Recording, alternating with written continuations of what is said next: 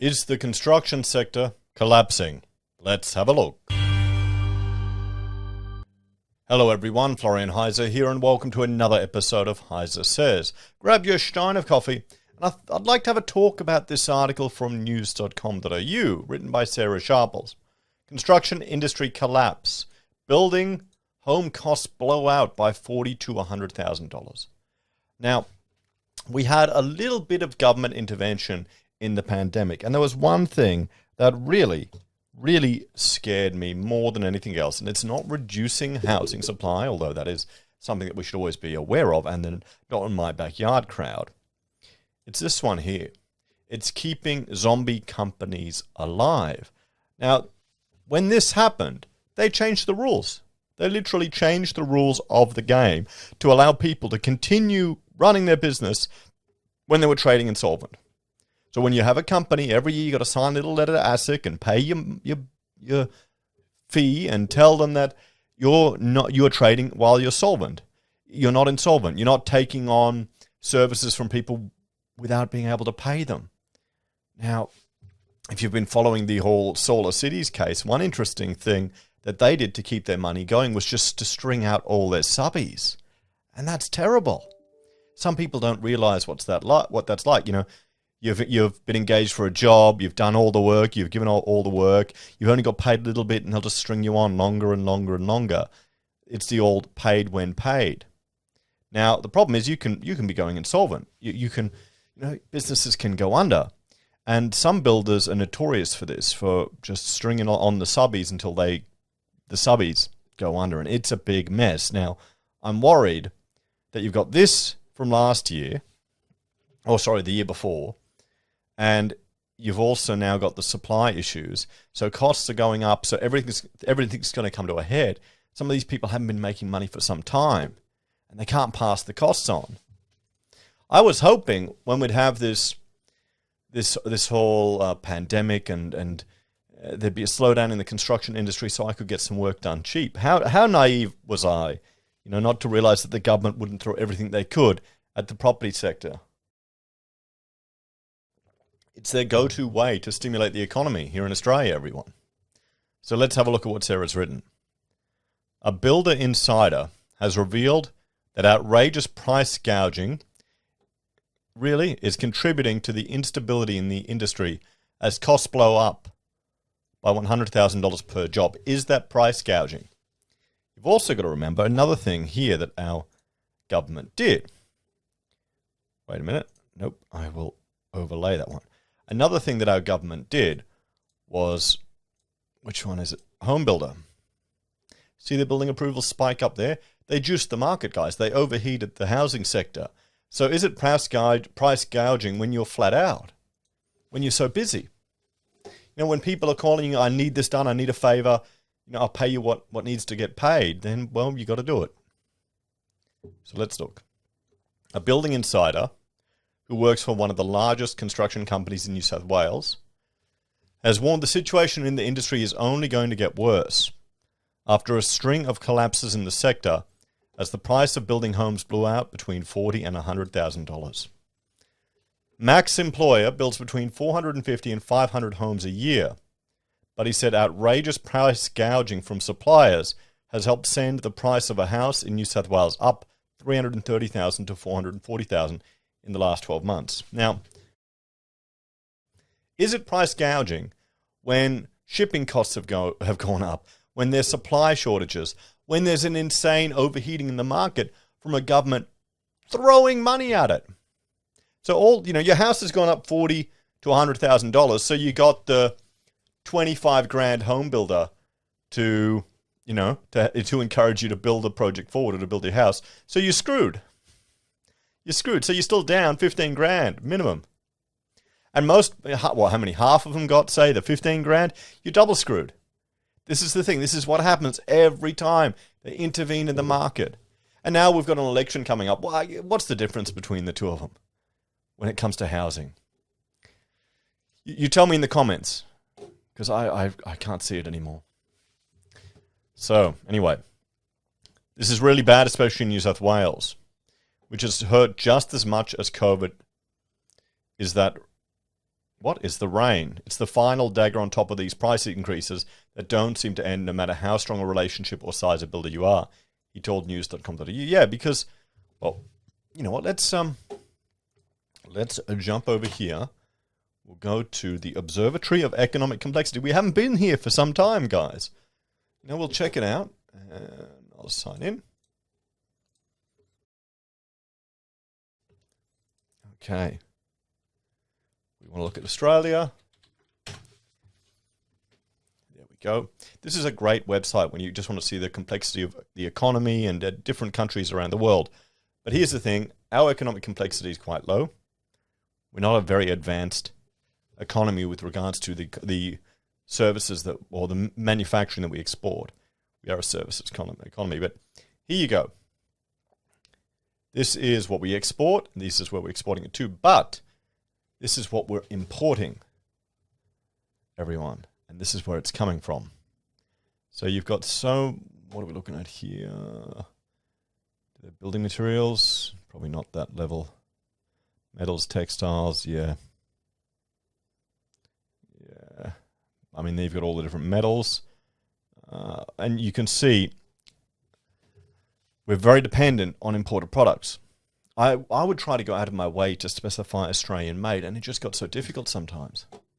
Even Caroma, our favourite brand for toiletry, you know, toilets and wash basins, it's all made overseas. The saddest part is that most of the Australian manufacturers taking advantage of the lack of import plus supply and demand. This is what happens in a market. You want okay, here's the thing. He's painting this as a bad thing. It's a frustrating thing, but this is a signal to the market to ramp up manufacturing. That's all a price is. Guys, that's all it is. It's just a signal to the market. You know what? Hang on, let me turn on this computer. Okay, I've got the tablet working. Let's jump over here and talk about what's going on. Let's start off with a simple supply and demand curve, everyone. And we've got here, we'll have the supply is going this way, and we'll do the demand, just making sure you can see everything. Demand here in red, okay?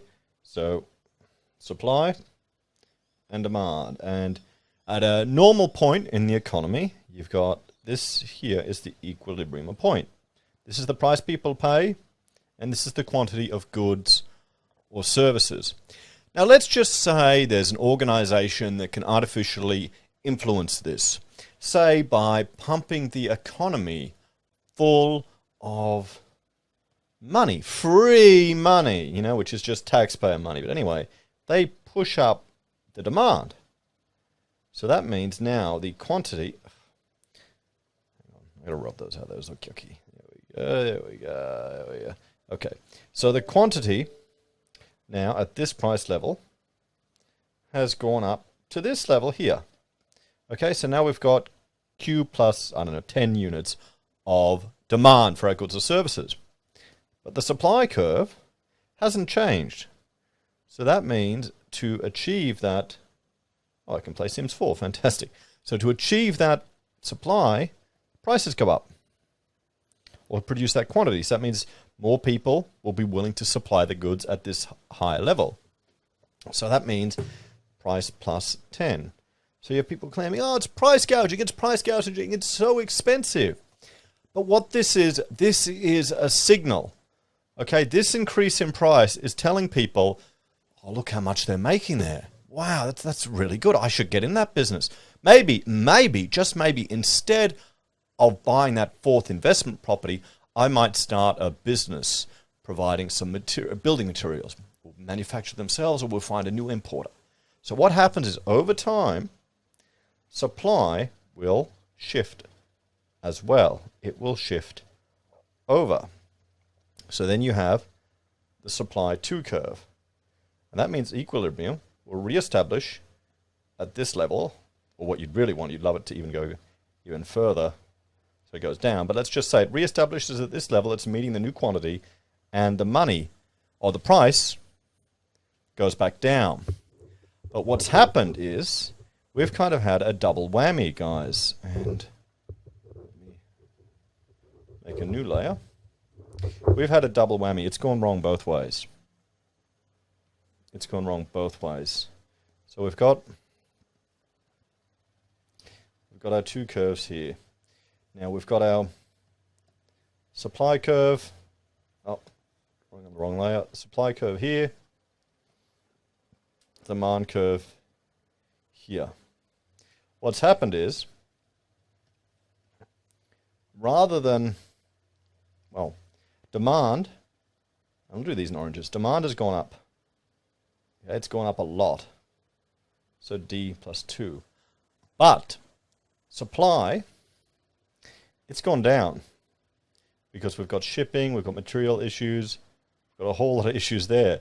So it's S2. So that means we are at this point here,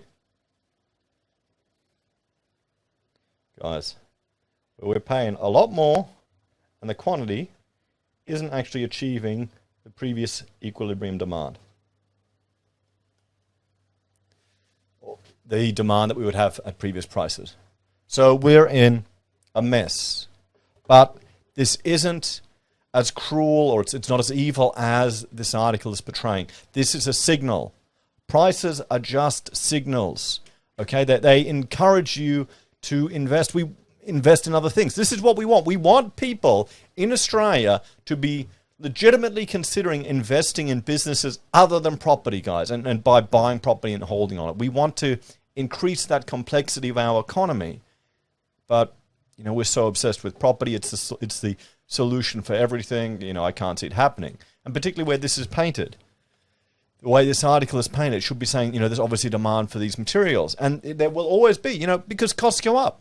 You can't get angry at a supplier putting up their costs if the cost of importing the materials goes up either.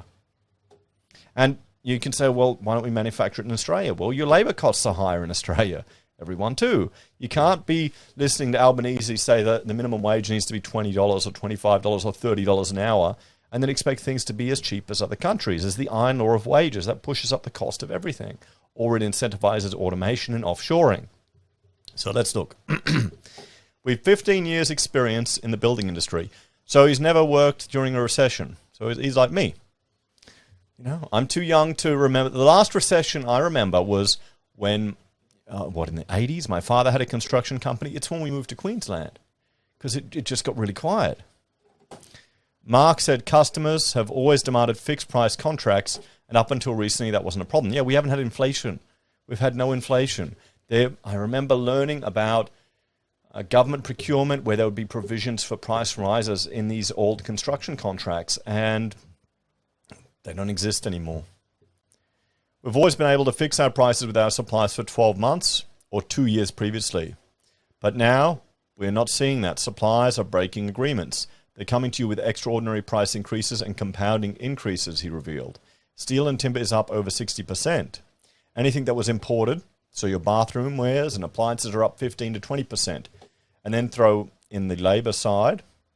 The tradies, bricklayers and roof tilers are demanding 50% more easily. And that's just to keep them on your site. But here's the thing, guys.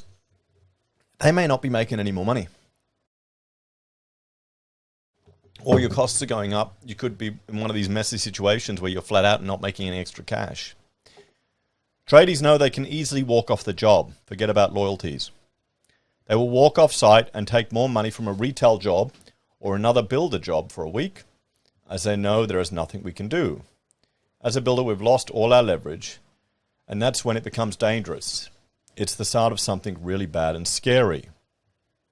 He added, it's insulting that manufacturers and suppliers are publicly bragging about profits, and it hurts when building companies are begging for support and prices to be fixed, but instead are hit with big increases. I don't feel sorry for them. Guys, this is what happens. Okay? Mark said consumers are the ultimate losers from the situation. It's going to get worse too with the dollar going down. We're down at 69 cents now. He revealed a single-story house has jumped in cost between $40,000 and $50,000 in the past 12 months. And for a double-story house, it's risen by $60,000 and $100,000. This is what happens when the government intervenes in the market. Okay? That's partly the reason why we're seeing this. Will people care? Did anyone complain? Oh, sure, some people complained and raised concerns about home builder and the implication of this, but no one cared. The majority of people didn't care. They just see free stuff, free stuff, free stuff. I mean, is that the problem with our democratic system? People just want the free stuff, even if it's taken by force from others. He added Australian family businesses are the ones that will suffer, and he's hearing stories of businesses handing back contracts and pulling out of display villages. Builders are not here to gouge clients. The fact is, if they don't get more money, they may not be able to finish a house, and if customers go elsewhere, they could pay an extra $100,000 to $120,000 to get the house finished, he said. Well, you know what we need to do? We need to reduce the onerous requirements on the houses. We need to reduce the amount of green tape and bullshit that's put onto these houses. Cut back the National Construction Code to make it easier to build. So, it's insane. A number of well-known construction companies have collapsed this year, and it sent shockwaves through the industry with millions owing to creditors. But there are warnings, it's only the tip of the iceberg. 2 major Australian construction companies, including Gold Coast Condev and ProBuild, have already gone into liquidation this year, alongside smaller operators like Tondo Homes Hobart and Perth firms Home Innovation Builders and New Sensation Homes. High-rise builder ABG Group also went into liquidation last year too, as well as Queensland outfit Privium Home, which impacted more than 2,000 home buyers and left creditors owed close to $43 million. The builders you are seeing going under now are the tip of the iceberg, but the cash flow impact on builders is severe. There's no rain, no margin in their jobs. They're probably not making money on a lot of homes built in the next 12 months. They'll be lucky if they don't lose money, Mark explains. That's the goal, to just not lose money, to break even so we can keep the lights on, keep staff on, and finish homes and try and recover after that. And there'll be some people that'll just leave the industry. Builders aim to make 20% gross profit margin, so a $400,000 home, that's around $80,000, Mark said, although staffing and rent has come out of that figure too. There are not many builders making money at the moment. We're building them for practice and survival, really, he said. I know a number of builders calling clients that are in contract and tender, and they have to see if they will accept an increase that they are not legally entitled to. But owners of businesses are calling clients saying they may not be able to finish house otherwise and need a $50,000 increase. It's insane. It's desperation. And on the same day a large builder goes bankrupt, the government hands out millions of dollars in grants to manufacturers reporting record profits. Work that out. It's vote winning. And the construction sector has gotten a shitload of money thrown at it, so you can't really complain. I mean, this is the problem with the government picking winners and losers. It's artificial. It gets in the way of the natural signaling in the economy. This is why when people say Labor are better economic managers, Liberal are better economic managers, it's all bullshit. It's an emergent system. Any modelling that we do is going to be incomplete. Can we even measure it efficiently? How many times has it fallen over? So the shocking rise in liquidations. Just 2 weeks ago, another Sydney construction outfit went under with $15 million in unpaid debts. Sydney-based builder Next, which specialises in aged care, student accommodation and hospitality and hotel projects, blamed recent flooding in New South Wales, labour and material shortages and project delays from COVID-19 as the reason it went into liquidation, reported the Australian. Now, were they able to trade one insolvent? Is this the insolvency cliff that I warned about?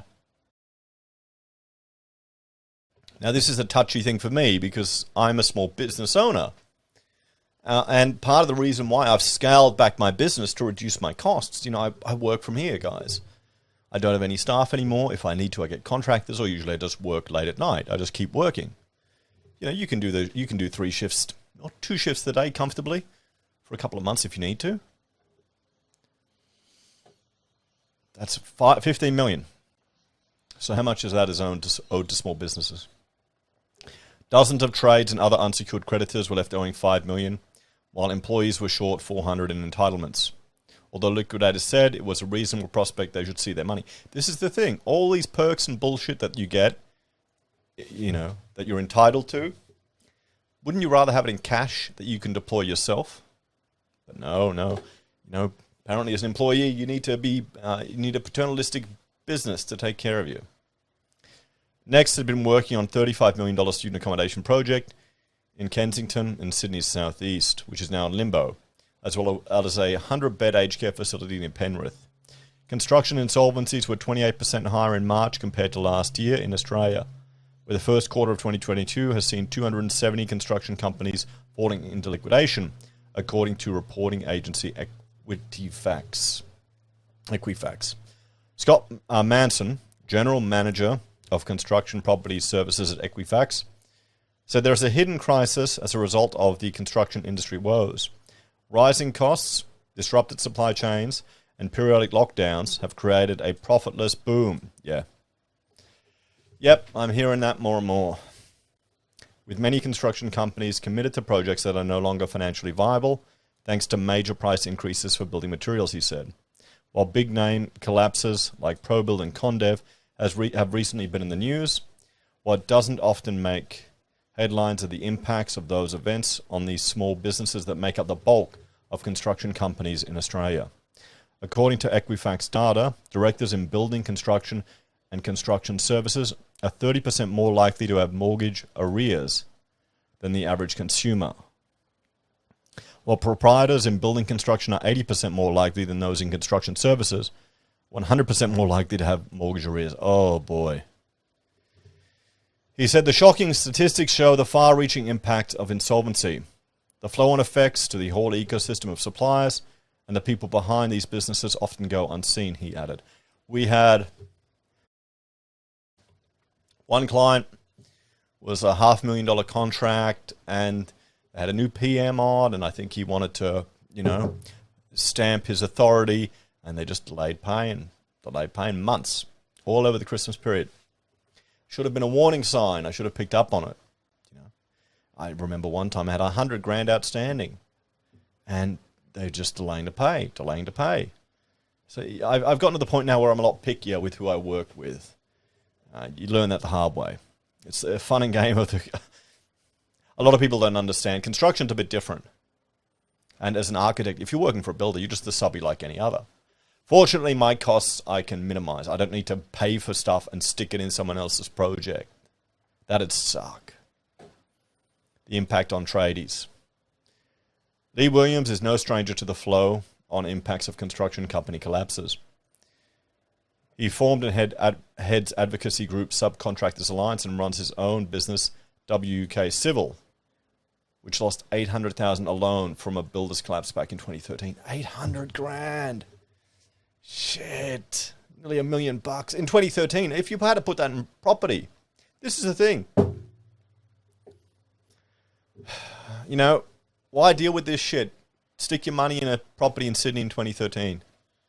Less stress. Can you see why? I understand why. He said subcontractors supply around 75% of the labour, materials and machinery to the building industry. As a consequence, they provide millions in unsecured credit to builders and have to pay for the privilege.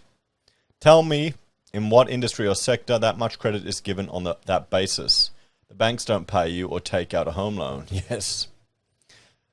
Most builder business models are akin to Ponzi schemes, whereby today's income pays yesterday's debt. He believes Queensland and Western Australia are the worst hit by builders going into liquidation. Oh, don't tell me that, mate. The Queensland-based subcontractor said that around 90 builders collapsed. Said there had been around 90 builders collapse in the Sunshine State since 2014, and claimed most tradie insolvents for extended periods, but had compliant building licenses. Most traded insolvent. Okay, this is the problem. And as an architect, I remember I went to a breakfast with a lawyer, doing a spiel where they sell their stuff. And they were talking about how on construction contracts, let's jump over to the, nope, we're not going to outro. We'll jump over to here, the tablet, and we'll do another explanation here. I think this is important. Let's do another one here. So under construction contracts, you've got the builder, In the middle, you've got the architect or the PM, and you've got the client. Now let's say builder Bob here, Bob the builder, he's building on your project, I don't know, some huge thing. There we go. Let's say this month he's claiming for that much work. And he's sending you a progress claim. Okay, he sends a progress claim for, I don't know, 30%. Okay? And the architect PM looks at that progress claim, and we check what work's actually been done, and we say, we go tick, send a letter approving that certificate, and then the builder takes the letter and the certificate, sends it to the client, and the client sends the money to the builder. What happens is, you're meant to get a stat dec from the builder saying that the builder has paid every subby underneath them that they're responsible for. A statutory dec, so declaration. And they're swearing an oath. It's an oath. Now, you're hoping that would help, or would give you confidence that they're paid all the people they're responsible to pay for. Now, what this lawyer was telling me at this breakfast is that a recent court case, because those stat decs were signed by the director of the business, the judge said it was unreasonable to expect the director of the big builder to have an appreciation of everything that was going on at that lower level, so it was worthless. So these stat decs, they're breaking the Oath Act. Complete bullshit. Pointless. Waste of time. So there you go. Anyway, back to this. Material supply delays and associated price rises have caused havoc, with builders mostly all undercapitalized and not able to cope, causing collapses. But it is the subcontractors who bear the brunt. Yeah, so you could get that stat dec, they've done the work, the builder's done the work, and you've got this stat dec to tell your client, see, they've paid all the subbies, but the builder may not have paid the subbies and just lied on the stat dec. And you'd expect them to go to jail for that, for breaking an oath. Wouldn't you? You think it happens? So, in my opinion, given the implications of COVID, material delays and price hikes were entirely predictable. The federal government made temporary changes to the Corporation Act around insolvent trading and safe harbor laws, but failed to include mandatory rise and fall clauses to protect the industry from delays and price hikes. That puts subcontractors in harm's way. The winners are developers. Mr. Williams was also scathing of builders' associations, who he claimed had sat on their hands and failed their members by not demanding developers accept their fair share of the risk. It is also a failure of all governments, including the federal government, he said. To add insult to injury, the federal government stimulated the housing construction market, creating what can only create more problems, yes, because builders enter into fixed price contracts to sustain their business models, working on razor-thin profit margins to obtain work and then get caught, but pass the debt to subbies. A broader risk for the economy. A healthy construction industry is vital to a strong economy and ongoing growth, with the sector accounting for the employment of almost 9% of Australian workers and 7.5% of Australia's GDP, according to Reporting Bureau Creditor Watch. A crisis in the construction industry has the potential to flow through to wider industries, said Creditor Watch chief economist Annette K. Thompson. This is also why our politicians love using the construction industry to stimulate the economy. So it can be really effective. You get a good bang for your buck with your economic stimulus. Remember, their goal is just to keep the economy going. All the other consequences, obviously, be damned. Government debt, be damned. Forget about it. Overheating the market, don't worry, she'll be right, mate. They just want to stimulate it. But the problem is, something that's so effective to stimulate the economy is also very effective in being an anchor, dragging it down. The importance of the sector to the economy cannot be limited to the physical building itself, but the ongoing financial benefits the end product provides. Failure to build enough hospitals, schools, roads, houses, mining camps, now because of the industry is in crisis, will damage employment and economic growth for years in the future. Increases in construction tender prices across Australian capital cities is expected for the next 3 years. Ryder, Levitt, Bucknell's Tender Price Index series has also showed, and we've seen that on jobs too. Commercial construction company Heise Architecture builds public hospitals, prisons, schools, offices, and retail buildings, and its CEO, Peter Salverson, said it has been a terrible situation for the industry with all the collapses. He said the 104-year-old company has managed to weather the current storm with thorough research on pricing, but he has been surprised by the speed of price increases and the amount of materials and other services that have been impacted. Governments around the world are investing in infrastructure to stimulate the economy during the pandemic, and it's put worldwide demand on a whole heap of materials and plants and equipment, and Australia is not immune to that, as our construction industry sources a significant amount of material from overseas, so we're not immune to worldwide pressures. He said he'd spent 40 years in the industry, including 25 years at Hansen, working through the GFC, and said the current situation was one of the most difficult times he had experienced. So here we're hearing from someone who's old enough to remember the last recession we'd had to have. Probably we was just getting started. Unfortunately, the world is a very volatile place with COVID, war in Europe, and lockdowns in China. We can't predict when that will settle down. So there we go. Names have been changed in this story. Let's have a talk about this one.